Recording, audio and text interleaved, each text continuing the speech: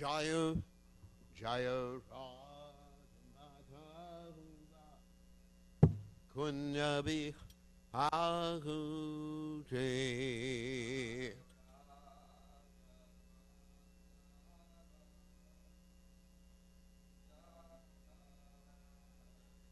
Jayarat Madhuva Kunyabi Ahute.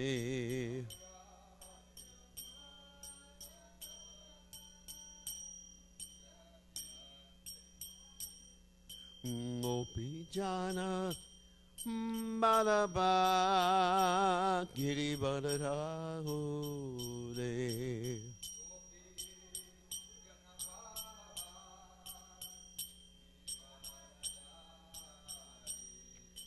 Gopi Jana Malaba Giri Badarahude.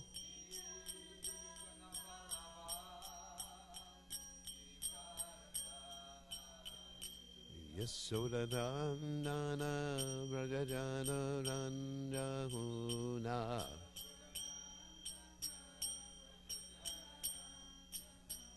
Yasodanandana Brajajana Ranjana.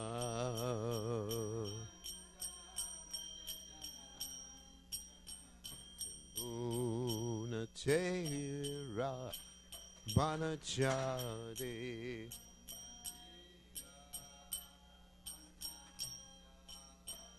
Yamuna Tera Manachade.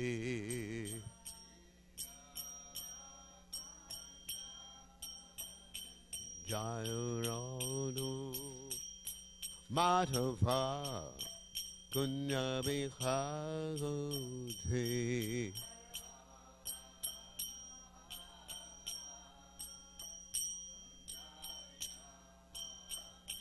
Jayu Radhamadhuva Kunyabihagote.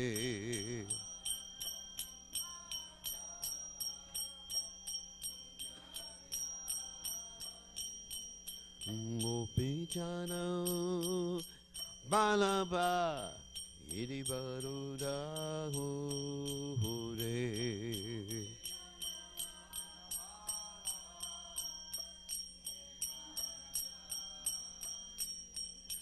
Gopijana Balaba Iribarudahude.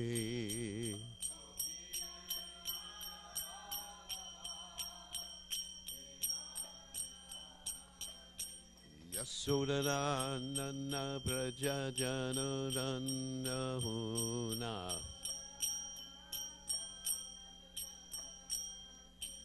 Yasodanandana Prajajana Ranjana.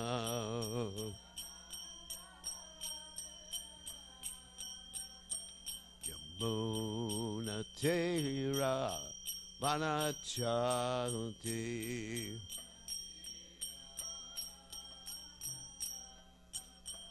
Yamuna Tera Manachade.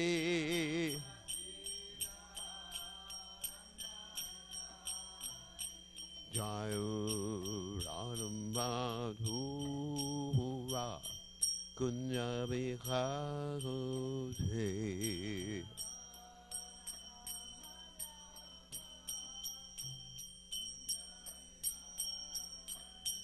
Jayu Radhamadhuva Kunyabihagote.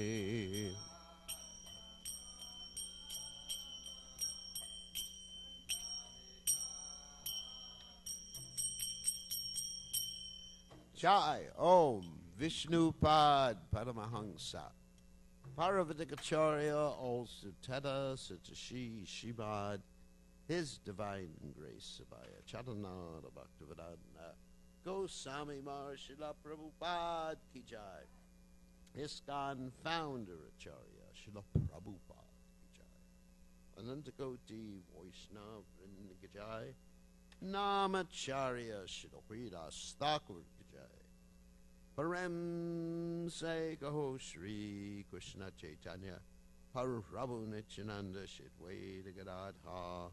Shiva Siddhi Gaura Bhakta Vrindigajai. Shishi Radha Krishna Gopi Gopadan Sayama Kunda. Radha Kunda Giri Govardhan Kijai. Vrindavanam Kijai, Maturadam Kijai, Jagadasami Kijai, Yamunamai Kijai, Shimati Lasi Devi Kijai, Samaveda Bhakta Vrindi Kijai, Gaur Premananda, Hari Hari Bol. All glories the assembled devotees, all glories the assembled devotees, all glories the assembled devotees, all glories to Shri Guru and Gauranga Srila Prabhupada Ki Jai. Nama Om Vishnupadaya Krishna Prastaya Bhutale Shrimati Bhaktivedanta Swamini Namani Namaste Saraswati Deve Gauravani Pacharani Nivashesha Shunyavadi Paschachate Jitarni. So today we are reading from the Srimad Bhagavatam, 10th canto, 41st verse, text 15. Om Namo Bhagavate Vasudevaya.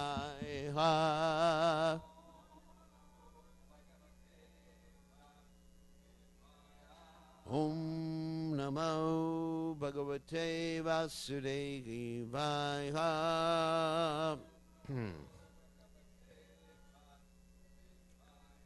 Om Namo Bhagavate Vasudevaya.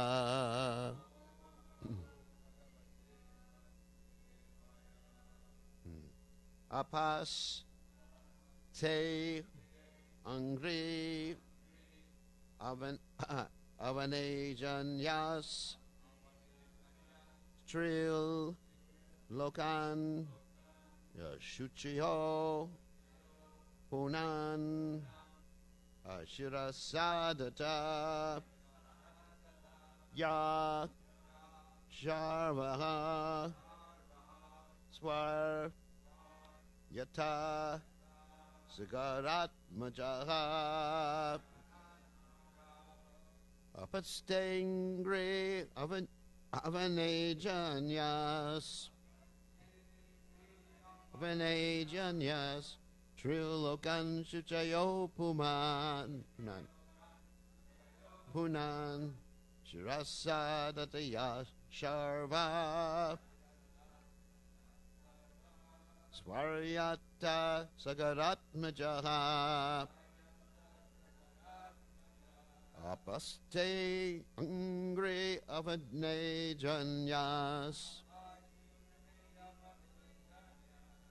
Trilokan Shuchayo Punan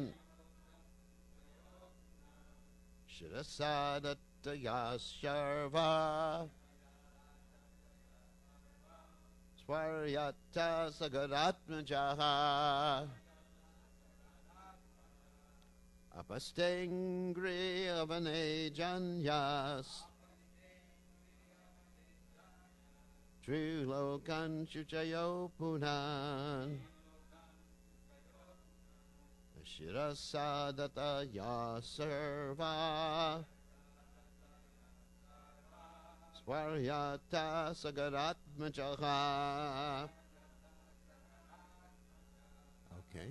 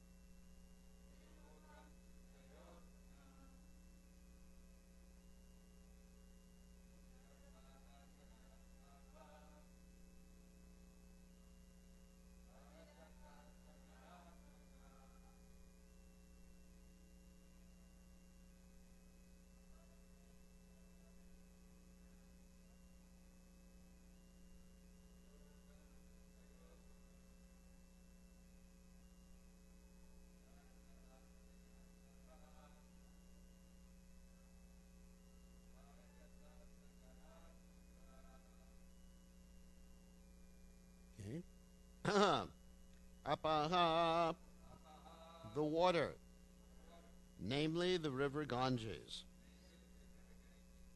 Te your angry of the feet of an Ajanya coming from the bathing. Trin, the three. Lokan, worlds. Juchayaha, being purely spiritual. Apunan, has purified. Shirasa, on his head. Adata, has taken. Yaha, which? Sharvat, Lord Shiva. Swap, to heaven. Yataha, went. Sagarat Majaha, the sons of King Sagara. As a translation, the water of the river Ganges has, the water of the river Ganges has purified the three worlds, having become transcendental by bathing your feet. Lord Shiva accepted that water on his head, and by that water's grace the sons of King Sagara attained to heaven. So to repeat, the water of the river Ganges has purified the three worlds, having become transcendental by bathing your feet.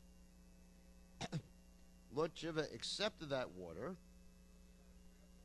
on his head, and by that water's grace, the sons of King Sagara attained to heaven.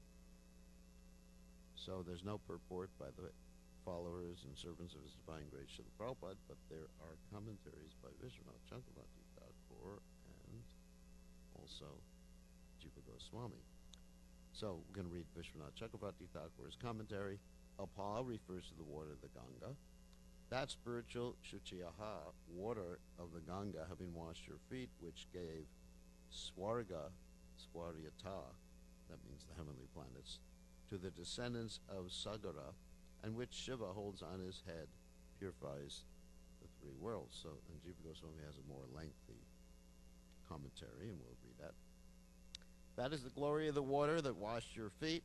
The power of being touched by that water is most astonishing. Other holy places become impure by burning up great sins of the people who visit. Incidentally, even though they may become impure, the sages go there and purify them. So, but your foot water as the Ganga is most pure, Shuchiyaha, and never becomes impure. Not only does it purify the three worlds, but it is worshipped by Lord Shiva, the chief of all protectors of the planets, who is worthy of worship. Shiva holds that water on his head. So there's some Sanskrit here. Atapiyat pada nagavasrishtam jagat virincho paritarhanam baha shambhunachanya tabomakundat ko namaloke bhagavat pradartha. Who can be called by the name Bhagavad except Mukunda, whose toenail water purifies the universe along with Shiva and becomes Arghya for Brahma? That's from the Bhagavatam 1:18-21. The impurity of the crematorium, Shiva's place, becomes purified. Thus the water from your feet is the ultimate goal of all people. Not only does that water purify by its touch, but it produces the highest purity, giving attainment of Brahmaloka to Sagara's sons just by touching that place where the sons of Sagara burnt up. Even though they were great offenders and were burned up because of their offenses. Actually, offenses to Lord Kapiladev. The sons attained the three worlds, Swar, meaning the top of the three worlds, Brahmaloka. This is explained in the 9th canto.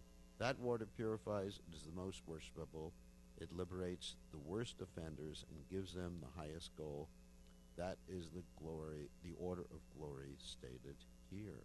Wow, Ganges. So, apastengri avane janyas trilokan shuchio punan shura sorry shurasadataha sharva swaryata sagarat majaha. So, Omagana Timidandasha Gananjana Shlakaya Chakshur Meditam Yena Tasmai Shigaraveda Maha. So, of course, the Ganges is sometimes described as the river Viraj. It's the causal ocean, for those who don't know. There's very interesting stories about the Ganges River. Sometimes it is described as a gopi who became liquefied because Radharani became angry with her. Ganga Devi. So anyway, and so another point about the Ganges is that repeated bathings in the Ganges will purify you. However, one moment's association with a sage is actually more beneficial than repeated bathings in the Ganges. So that's really important to understand. So, the bath purifies one of all sins. Even if your ashes or bones are inundated with the water of the Ganges, you'll go to heaven. Pretty good. You don't have to do anything. Just get your ashes and your bones inundated by the water of the Ganges. And there's 7 ways that are described in the Vedic literatures of worshiping the Ganges. One way is calling her name. Ganga Devi, Ganga Devi, Ganga Devi. Another way is having darshan of the Ganges. And of course, in Srinam Mayapur, we're very fortunate that the Ganges is right there. And sometimes the Ganges inundates our whole property in Srinam Mayapur. Another one is by touching the water. Another one is by worshiping and bathing. Another one is standing in the waters. Another way is carrying clay from the river. And another one is bathing where she magically appears, like the Manasi Ganga, which is in Govardhan, or the Manasarovara, or the Madhva Sarovara. So these are the different ways. The Manasarovara is actually in Udupi, India. She's also considered the daughter of the Himalayas because she flows from the Himalayas. And the goddess Mena is the sister. She's also another name of Ganga Devi, is the sister of Parvati. And her carrier is a crocodile. And her water is called Patita Pavani, just like Lord Chaitanya Mahaprabhu is called what?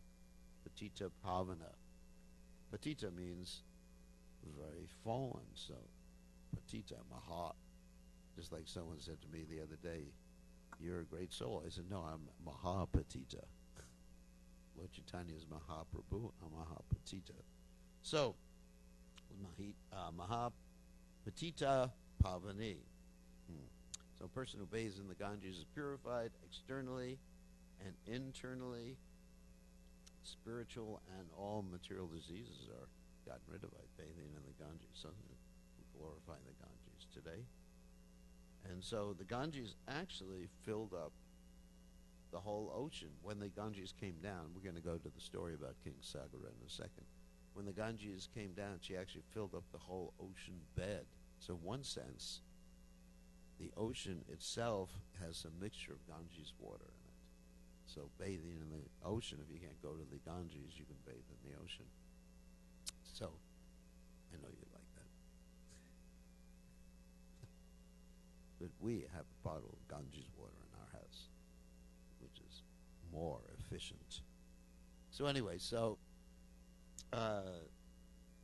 here's the story, that once upon a time the ocean bed was actually dried up by Agastya Muni, because there were demons hiding in the ocean, so it was necessary for the demigods to, and especially Agni Dev, to defeat the demons. So, therefore, there was just like a dried ocean bed, and so that was filled later on by the Ganges River. So, and so the story of the Ganges coming down is very interesting. The Ganges coming down into the universe.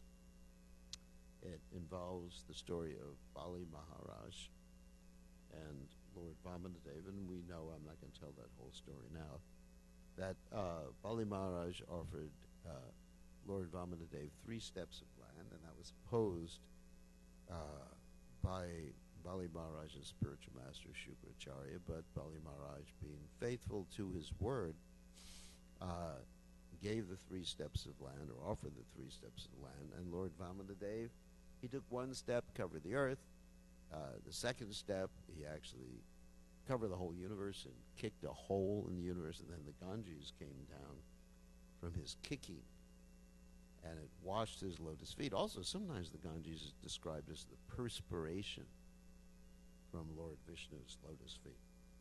So here's how it came down. The Ganges, after it's described in the Bhagavatam, after 1,000 millennia, goes to Dhruvaloka. And the 7 sages, they're called the Sapta Rishis, hold the Ganges water on their head. Then the 7 planets, goes to the 7 planets near Dhruvaloka, celestial, and there's some celestial arrangement. It's described airplanes, of course not airplanes like we have that can't carry that much, arranged to carry the Ganges or transport the Ganges to Chandraloka. Then it goes to Brahma's abode atop Meru, Mount Meru, and then the Ganges divides into 4 branches. The Alaknanda flows south side of Hemakut Mountain and Hemakut, and then to Bhartavasha, and then his other part, the Mandakini Ganges, flows in heaven, and then the earth, actually it's called Mandakini in the heaven, and that's the Ganges that Nalakuvara and Manigriva were bathing in when they got in trouble, and they got cursed to be trees. And then the earth, of course, is called the Ganges, and then she flows in the nether regions, the low regions of the universe. So and in India, the main bathing places for the Ganges are the place called Gangotri. Also there's Gomukh. But Gangotri, Haridwar, when the Ganges hits the plains, Allahabad, that's where the Triveni is, the 3 rivers, the Saraswati, Ganges, and Yamuna enter together. Actually, it's interesting that even in the Himalayas, there are some small rivulets or branches of the Ganges and the Yamuna that interact with each other. Because sometimes it's described that Hastinapur was on the Yamuna, and sometimes described on the Ganges. So I was thinking about that, and we were discussing this in class. But actually they mix with each other even in the Himalayas. There's actually smaller branches, and if you look at the satellite maps and all the maps, you actually see these branches interact. So the Ganges and Yamuna interact with each other. So here's the story of King Sagara. Of course, the word Sagara means with poison. And the reason he's called with poison, King Sagara, king with poison, it's interesting, Sagara, with poison, is that once upon a time there was his father, and his father was named King Bahuka, and he died prematurely, but one of his wives, he had many wives, was pregnant. And the other wives naturally were very happy. No, they weren't very happy. They were very envious that one wife was pregnant, and none of the other wives had any, or were pregnant. So what they decided to do is they poisoned that one wife, so or co-wife of them. So that wife would actually have a miscarriage, or an abortion, as the case may be. And the child was stillborn, and he was born with poisoned. It's there, you know. They were very expert in things. Sumati gave birth to a lump of flesh, which resembled a pumpkin. And there was a voice from the sky. It said, divide this up and put all these different little particles or flesh or whatever into ghee pots and keep them warm. And so that lump of flesh became 60,000 sons. Oh my God, that's a lot of sons. And they were all evil. Phew. Evil, evil. They had mystic powers. They could fly in the sky. They were committing offenses and everything like that. And so King Sagara, the one who was born with poison, decided to perform a horse sacrifice. And what happens when you're performing a horse sacrifice? Of course, horse sacrifices are prohibited. Ashvamedha, Gomedha are prohibited in Kali Yuga, as well as the taking of sannyas. That's why in ISKCON we had so much trouble. So anyway, except for preaching. So what happened is the horse was kidnapped by Indra. The whole idea of the horse is not just to sacrifice the horse. The horse actually gets a new life, a rejuvenated life. But even before the horse is sacrificed, it's actually a challenge horse. The horse wanders everywhere, followed by the king's soldiers or representatives of the king or the relatives of the king. And he has on his head or whatever, he has a challenge plaque that says,